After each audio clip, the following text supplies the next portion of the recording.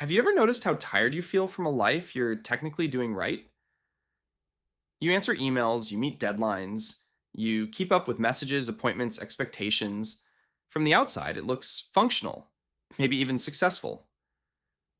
But somewhere underneath all of it, there's this quiet thought you don't say out loud. I don't want my whole life to feel like this. Not dramatic, not ungrateful, just honest. You look at people rushing toward bigger titles, longer hours, constant productivity, and instead of feeling inspired, you feel distant from it. You want rest without earning it first. You want mornings that don't begin with dread. You want a life that feels like yours, not just one that looks impressive from far away. And people notice that. They call it laziness, lack of ambition, entitlement. They say your generation doesn't want to work, doesn't want commitment, doesn't understand sacrifice, as if choosing peace means you must be avoiding responsibility, as if refusing burnout automatically means you're weak. But most of the time, that's not what's happening. This isn't about not caring. It's about caring so much that you've become unwilling to trade your entire nervous system for approval. And that brings us to something people talk about often, but rarely explain honestly: quiet quitting, slow living, the decision to stop centering your entire identity around productivity. For Gen Z, this gets framed like rebellion or softness, like a cultural flaw. But there's usually something much deeper happening underneath it because for many people, this isn't a trend, it's a nervous system response. Psychologists talk about something called chronic stress adaptation. When your brain spends too long in survival mode, constant urgency, constant performance, constant pressure, it stops treating rest like pleasure and starts treating it like recovery. That distinction matters because many people aren't seeking a softer life because they're lazy. They're seeking it because their body is tired in ways sleep alone doesn't fix. Research around burnout shows that prolonged emotional labor and constant performance don't just create exhaustion, they change how people relate to motivation itself. When effort becomes associated with depletion instead of meaning, ambition starts to feel less like purpose and more like danger. Your brain begins protecting you from the very things people praise. Not because you're failing, because your system is adapting. And Gen Z grew up inside a very specific kind of pressure. Economic instability wasn't abstract, it was visible.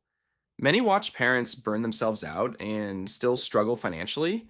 Many grew up hearing that hard work guarantees stability, then watched that promise quietly collapse.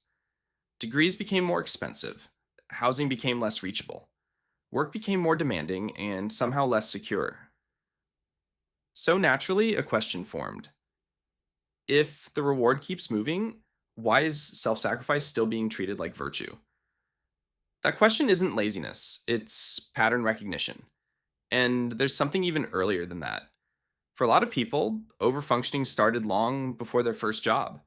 Maybe you were praised most when you were useful, when you were responsible, easy, high achieving, self sufficient. Maybe rest felt suspicious. Maybe slowing down felt like disappointing someone. Maybe love felt safest when you were performing well. So productivity stopped being about work. It became identity, proof of worth, protection against guilt, and eventually exhaustion. Quiet quitting, for some people, is not quitting at all. It's the first time they've asked, what happens if I stop performing my right to exist? That question can feel terrifying because when your value has been tied to output, rest feels like risk. Doing less feels like becoming less. But often, it's the opposite. Sometimes doing less is the first honest thing. Sometimes slow living is not about moving slower, it's about finally noticing how fast you were running without asking who set the pace. Of course, not everyone experiences this the same way. Some people genuinely feel alive through ambition. They love intensity, they thrive in challenge. Work energizes them. That isn't wrong, and neither is wanting a quieter life. This isn't about one side being more evolved or more emotionally aware.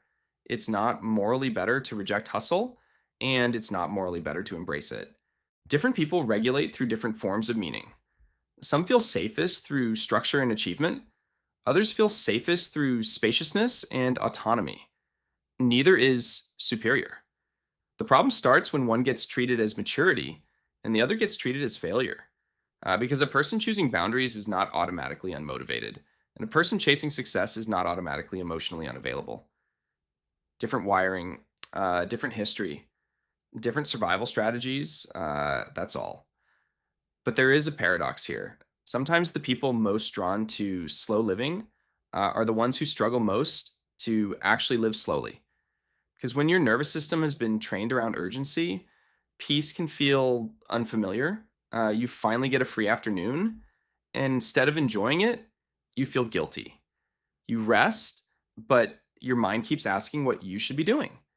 You leave toxic productivity behind, but it still lives in your body. That's the quiet cost. Sometimes burnout doesn't end when the schedule changes. Sometimes it lingers as identity. You stop overworking, but you still feel like you have to justify your existence. That's why quiet quitting can feel misunderstood.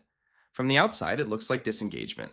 From the inside, it can feel like recovery, like trying to rebuild a relationship with your own time, like learning that your life is allowed to contain things that don't produce anything: joy, slowness, friendship, walking nowhere, sitting without optimizing the moment. These things sound small till you realize how difficult they become for someone trained to measure worth in output. And that difficulty says something. It says this was never just about work, it was about safety, about identity, about whether your body believes you are still valuable when you are not producing. That's a much deeper conversation. And if you recognize yourself here, it helps to know this: you are not broken for wanting a life that feels sustainable. You are not lazy for protecting your energy. You are not behind because your definition of success changed. Sometimes wisdom looks like ambition, sometimes it looks like boundaries, sometimes maturity is staying late and building something. Sometimes it is going home on time and refusing to disappear inside someone else's expectations. Both can be honest, both can be strong. The goal was never to reject effort, it was to stop confusing exhaustion with meaning, to stop believing that suffering automatically makes something valuable, to stop building a life you constantly need escape from. Maybe quiet quitting isn't really quitting. Maybe it's grieving. Letting go of the version of success you were taught would save you. Maybe slow living isn't slowness, maybe it's trust. Believing your life does not need to be constantly optimized to be worthy.